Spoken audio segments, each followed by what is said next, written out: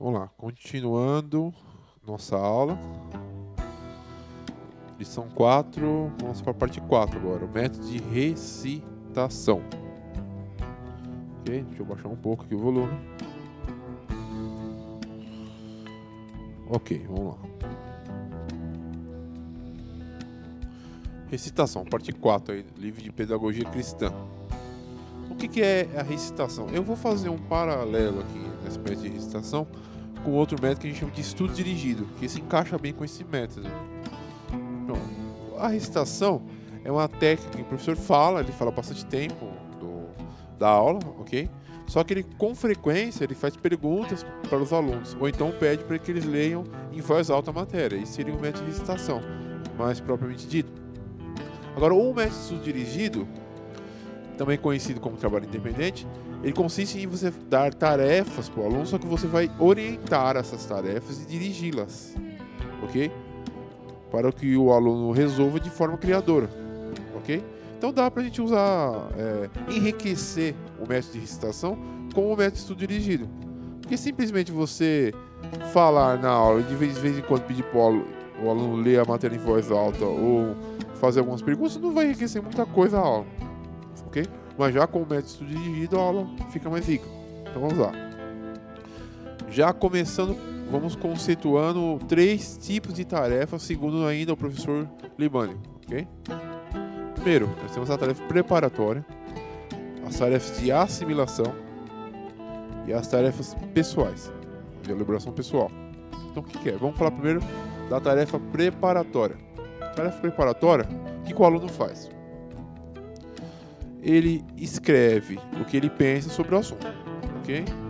Também ele pode colher dados e fazer observações através da fala do professor ou de algum material de pesquisa que o professor dá.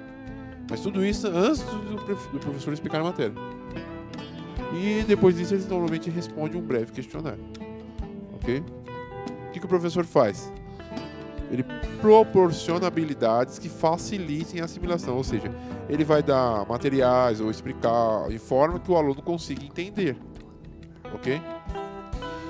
Ele desenvolve capacidade para que o aluno se beneficie da exposição, ou seja, ele vai fazer uma forma com que o aluno consiga, através da fala dele, o aluno receba, mas de forma que esse aluno consiga ser ativo depois, ou consiga fazer coisas por ele próprio, ok? Tarefa de assimilação. O aluno normalmente vai responder exercícios de aprofundamento, ou então vai aplicar temas que ele já estudou. Normalmente a assimilação, essa tarefa de assimilação, ela vem em meio à aula, e não antes da aula, ou em meio à aula ou depois da aula, ok? O que o professor tem que fazer nessa tarefa de assimilação? Ele vai interromper a aula, né, no momento da aula, para fazer trabalhos em grupo e trabalhos individuais também, ok? Elaboração pessoal. O que o aluno faz? Ele vai produzir, a partir do próprio pensamento dele, do que ele entendeu, do que ele interpretou da matéria, respostas, pontos de vista dele e interpretações, ou releituras de explicações. Okay? Uma síntese, podemos dizer assim. E o professor, ele tem que assegurar que as tarefas sejam claras, que o aluno entenda o que é para ser feito, dar condições de trabalho, tanto questão de local, material, etc. E também depois avaliar o aproveitamento do resultado dessas questões, ok? Quais são as vantagens desse método de recitação, ou também estudo dirigido? Leva o aluno a estudar, porque na exposição o aluno só ouve, ele não tem que ter nenhum preparo. Nesse método ele tem que ter algum preparo. É uma forma do professor avaliar a sua atividade como educador. O professor vai ver se realmente a aula dele está boa, se o aluno está entendendo, ok? Concede a oportunidade ativa do aluno, o aluno pode participar do conhecimento e o professor observa mais de perto o aluno, ele consegue ver melhor o desenvolvimento do aluno. As tarefas em si, algumas exigências para as tarefas. Primeiro, ela tem que ser planejada com antecedência. Aliás, todos os métodos que eu vou estar falando tem que haver planejamento com antecedência, não dá para fazer na hora da aula, ok? Você tem que dar instruções, tem que deixar claro para o aluno o que é para ser feito e dar um tempo suficiente para as tarefas, qualquer uma das tarefas mencionadas. Lembrando que estamos na página 100 do livro. Okay? A relação entre o professor e o aluno. Primeiro, o professor ele deve mostrar ao aluno como se estuda.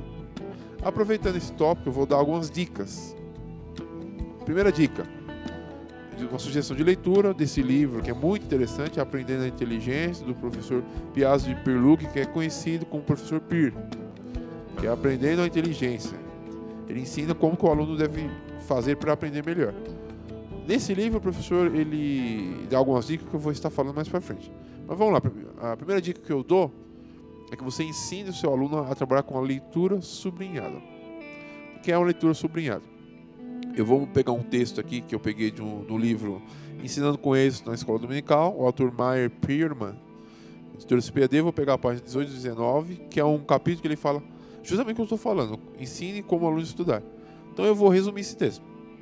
Então que está aqui o texto, ele tem 4 páginas, essa página, essa e essa. Então eu vou resumir ele, usando leitura sublinhada. Eu vou lendo e vou já sublinhando, que eu acho mais interessante. Eu vou ler de uma forma mais rápida para economizar tempo. É muito provável, o título, né? Ensina ao aluno como estudar.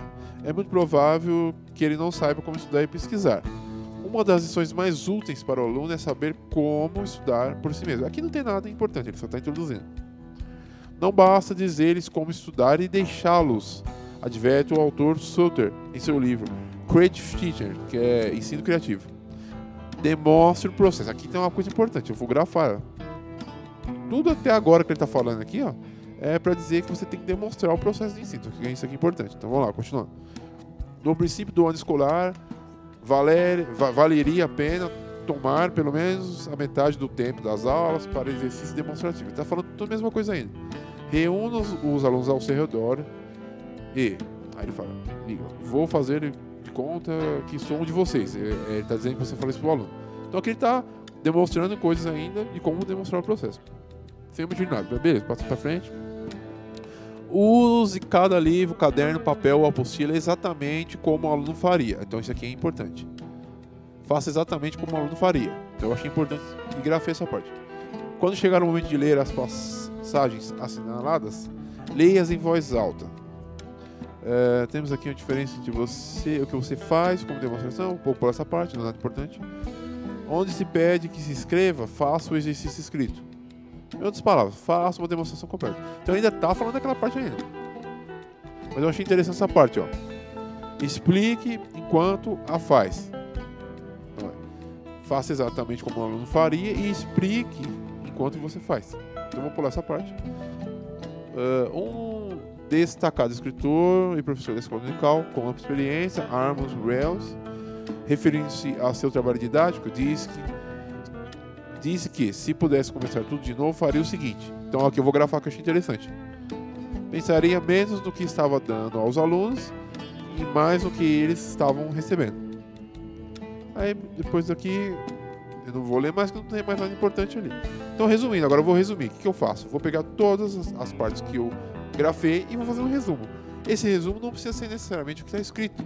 Eu posso fazer uma paráfrase, ou seja, explicar com as minhas palavras. Então, primeiro aqui, ó, demonstre o processo. Como o aluno faria? Que eu já mudei, eu fiz em forma de pergunta, tá vendo? Explique, valorize mais a aprendizagem. Então, quer dizer, todas essas 4 páginas que eu li, eu resumo nisso, ó. Demonstre o processo, como o aluno faria. Como o aluno faria? Se pergunte para você mesmo.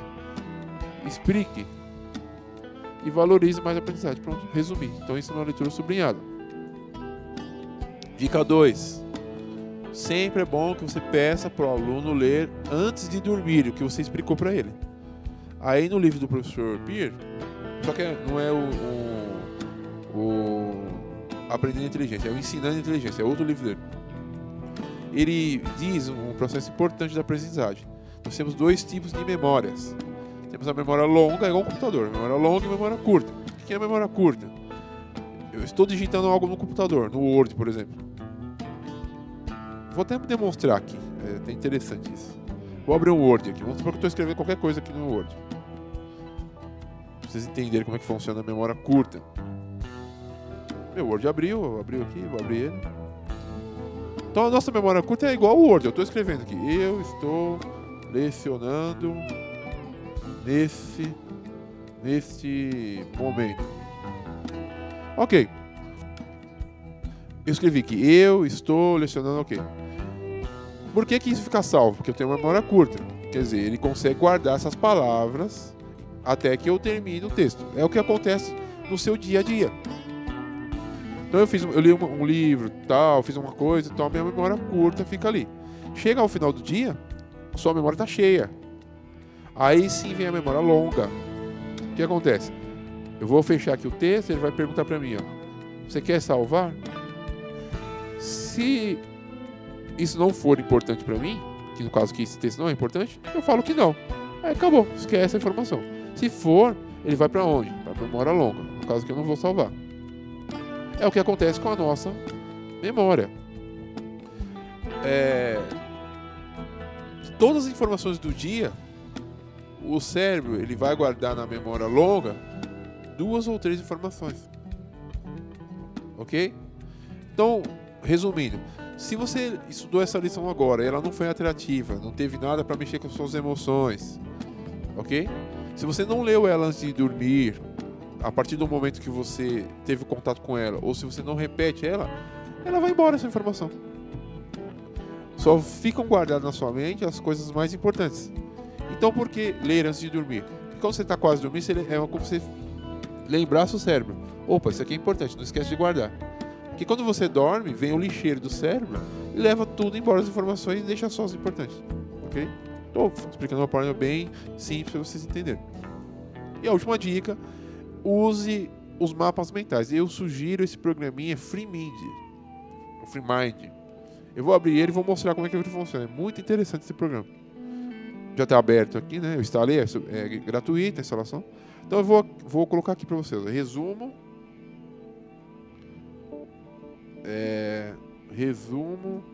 do método recitativo. Olha que bacana. Eu vou pegar uma parte aqui. Eu vou lá no começo. Método recitativo. Eu ponho aqui o que é. Então vamos fazer um resuminho aqui, ó. Eu venho aqui nele e aperto nó filho. Então o que é? Aí você vai e põe a resposta, outro nó filho. Ó, professor fala, porém com perguntas específicas. Ó, já estou em preto, grafando, ó. Vou só pôr que está em preto. Professor, o que o professor faz? Fala. Porém, também faz perguntas. Pronto. Resumi aqui, ó, com as palavras grifadas. Podia resumir outras partes. Eu vou pegar essa parte aqui, ó. Tipo de tarefas. Aí eu vou abrir outro nó filho, ó. As tarefas. Você tem as tarefas. Vamos ver aqui as tarefas. Preparatória. Tem as tarefas de assimilação e a pessoal. Aí depois, se eu quisesse, eu poderia colocar aqui as explicações. Ó, que bacana, eu vou fechar aqui, ó. É um guia ótimo para consulta rápida, para memorização. E por que chama mapa mental? Porque a mente funciona dessa forma. Você puxa uma palavra, a mente ela vai buscando as outras que estão relacionadas. Então é um método que eu indico para vocês ensinarem seus alunos a usar e vocês também aprendam a usá-lo, né, que é muito interessante. Então acabamos nossas dicas. Agora, para fechar aí essa parte de relação professor-aluno, sugiro para vocês que desperte sempre o interesse no aluno e motive a estudar. Deixe que os alunos contribuam nos trabalhos, também escolham algumas coisas, elogie os bons resultados e obtenha a cooperação dos pais dos alunos, no caso de alunos menores, né? Então, terminamos aí o nosso bloco 3. Próximo bloco, continuação dos métodos, ok?